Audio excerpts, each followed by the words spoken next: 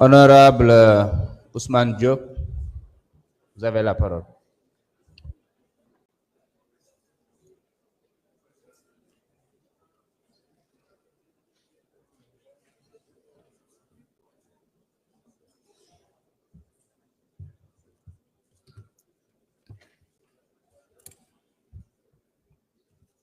A'oudhu billahi minash shaitanir rajim. Bismillahir rahmanir rahim. Monsieur le Président, Monsieur le Premier ministre et toute la délégation gouvernementale, chers collègues honorables députés, Monsieur le Premier ministre, les réponses que vous venez d'apporter me permettent d'aborder directement le thème que j'ai eu à préparer concernant cette rencontre qui nous réunit aujourd'hui.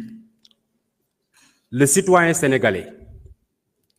Le citoyen sénégalais réclame le plein respect des libertés publiques. Et cette exigence démocratique ne doit en effet souffrir d'aucune entrave dans le respect des lois et règlements. Toutefois, des dérives sont quotidiennement notées dans l'exercice de ces droits, plus singulièrement dans le contexte de la prolifération incontrôlable des réseaux sociaux.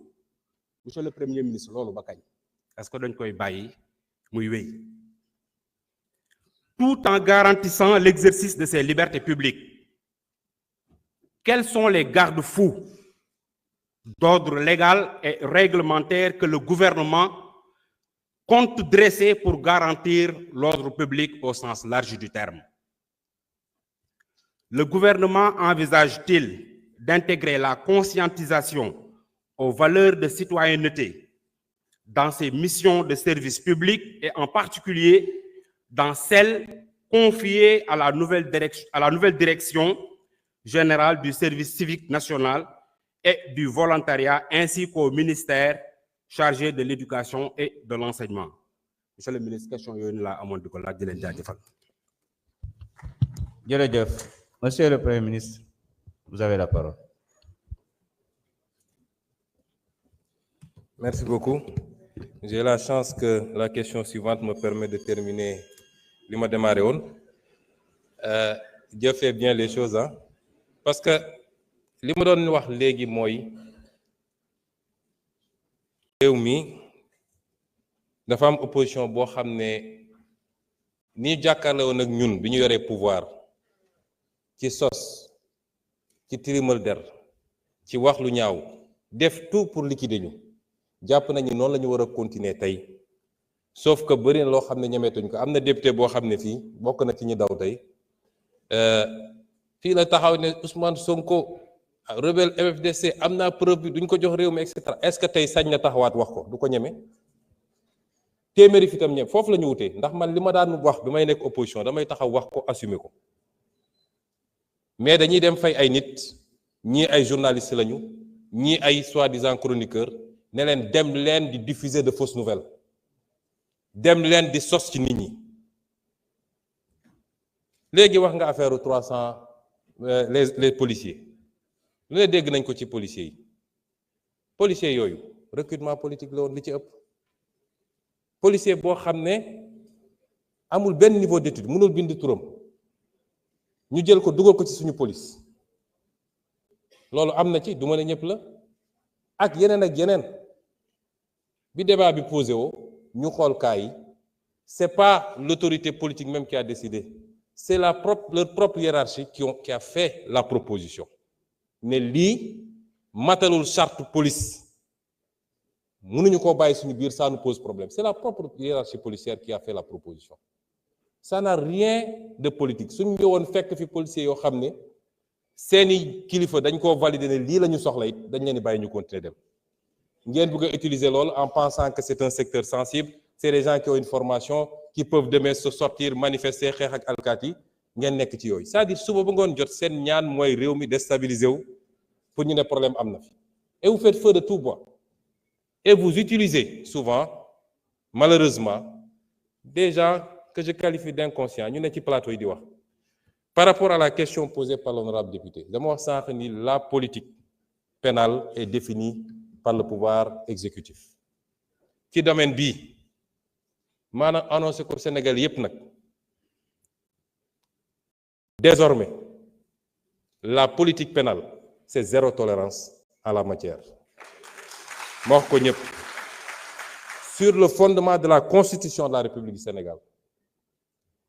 Non contre Pape Djibril Fall amoo sañ-sañ xëy rek dugg ci moom dugg ci këram tudd jabaram tudd doomam saaga ko wax lu ne au nom de la politique. Est-ce que vous l'accepterez-vous? Il faut mu jeex ci réew mi. Ce sera zéro tolérance désormais dans ce pays. Diffusion de fausses nouvelles, ce sera zéro tolérance dans ce pays. Que chacun assume. On vous garantit à tout le monde la liberté d'expression.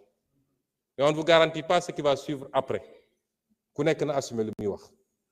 Kenn ragalu fi opposition. La preuve, je suis le premier ministre qui vient le plus à l'Assemblée. Depuis que je suis en politique, j'ai toujours invité les gens au débat public. Fii laa daan taxaw, j'étais un député de Pastef. Assemblée bi fees, fii laay taxaw, wax li may wax, teg samay fait, teg samay chiffres. Donc nous, on n'a pas peur du débat. Mais lii ngeen bëgg a nekkee ci réew mi, suñ ko bàyyee fi muy jëm du yoon. Te nag kenn ku ne na koy natt ci boppam.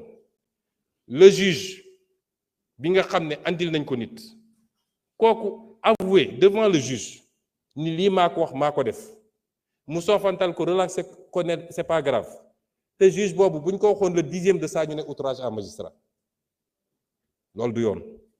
Sénégalais yëpp am droit à la même dignité, à ce que leur honneur soit préservé et sauvegardé. Et c'est la responsabilité de l'État et du pouvoir exécutif de veiller à ça. Et celui qui publie, tout le monde est libre de publier. Suñ ne woon liberté de la presse dafa mooy dañu tere nit ñi ne leen kenn dootu fi publier kenn dootu fi wax. Chaque jour antenne yi ubbeeku na. Chacun est libre de publier, chacun est libre de parler. Mais ci la ngay wax ak la ngay jëf suñ la nee Ousmane Sonko sàcc na nga am preuve ni Ousmane Sonko sàcc na boo ko publier wul baakaar nga da nga ko war a publier. Mais boo amul firnde ni Ousmane Sonko sàcc na bul dem bind ne Ousmane Sonko sàcc na. Le journalisme aussi, c'est le contrôle, la vérification de l'information. Maintenant, ñi nga xam ne rek dañoo am organe de presse yor parti politique ba mënul am 1% nga bëgg ko transposer ci sa organe de presse ne mooy sa meetingukaay bis mu ne nga jël say nit teg ne leen wax leen kooku ce n'est plus de la presse, c'est de la politique. Il faut l'assumer. Pour ce qui est maintenant de solution yi communication mi ngi ci. L'État a le devoir de garantir à tous les citoyens les libertés yi constitution bi accordé, liberté d'aller et venir, liberté d'association, liberté d'opinion. Mais l'État a le devoir également de l'encadrer. Il y a un travail éducatif, certes, parce que li xew dernièrement suñu société te man je suis logique avec moi-même, j'ai été opposant.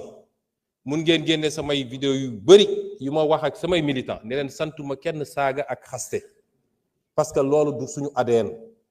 Man dama bokk fi ma bokk man ñun xamuñu saaga suñu jotee su meeku rek la li ñuy régler ba pare ku nekk solaat dem sax moo ñu gën a taxaw di saaga xamuñu loolu. Et j'ai toujours dit à mes militants tere naa ku wootew ci man di wër di xaste di saaga ak ku munti doon. Ça on est constant avec nous-mêmes. Mais le développement de ce phénomène ces derniers temps appelle plusieurs réponses. Defe naa am na un volet éducatif ñu war koo démarrer nag à la base ci ndaw ñi parce que tubaab bi daf ñoo defaral ay outils jox ñu waaye usage bi defe naa dañ ciy xaababal ñu teel a former. Barki démb maa ngi doon def fii marche ak xale yi xale bi jigéen bi wax ci turu xale yi dafa insister sur la protection des enfants contre les abus sur Internet. Tey kenn ku ne ci ñun war nga am looy tiit su dee sa doom mi ngi fréquenter Internet loolu il faut ñu xool nuñ koy gérer. Il faut mu am communication, il faut mu am éducation, il faut mu am waxtaanaat suñu biir mais il faut mu am fermeté également dans la gestion de certaines dérives loolu mënul ñàkk ci mbir mi également. Ma dellu si waat aussi ci li ñu wax ci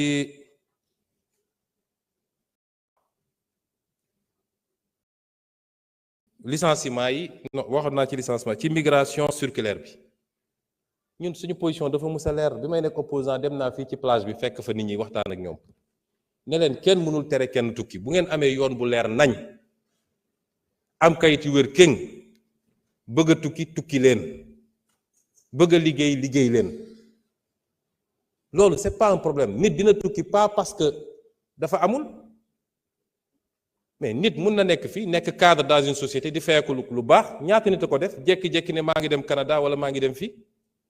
Voyager ou aller ailleurs travailler heureux c'est pas simplement parce que fi nga nekk mënoo fa am dara kon ki nga xam ne yoonam leer na mu war a mun a dem daan dooleem kenn du ko gàllankoor dañ koy bàyyi mu dem dañ koy sax encourager mu dem liggéey ñëw la ñuy bañ mooy jël désert bi wala jël géej gi di risquer sa vie te loolu on va continuer à y apporter des solutions merci beaucoup.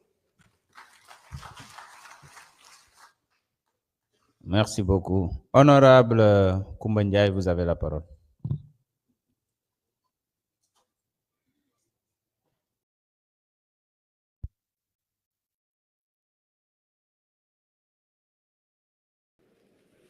Merci beaucoup, Monsieur le Président. maa ngi lay nuyu di nuyu Premier ministre ak gouvernement bi mu àndal yëpp di nuyu sama collègue yëpp.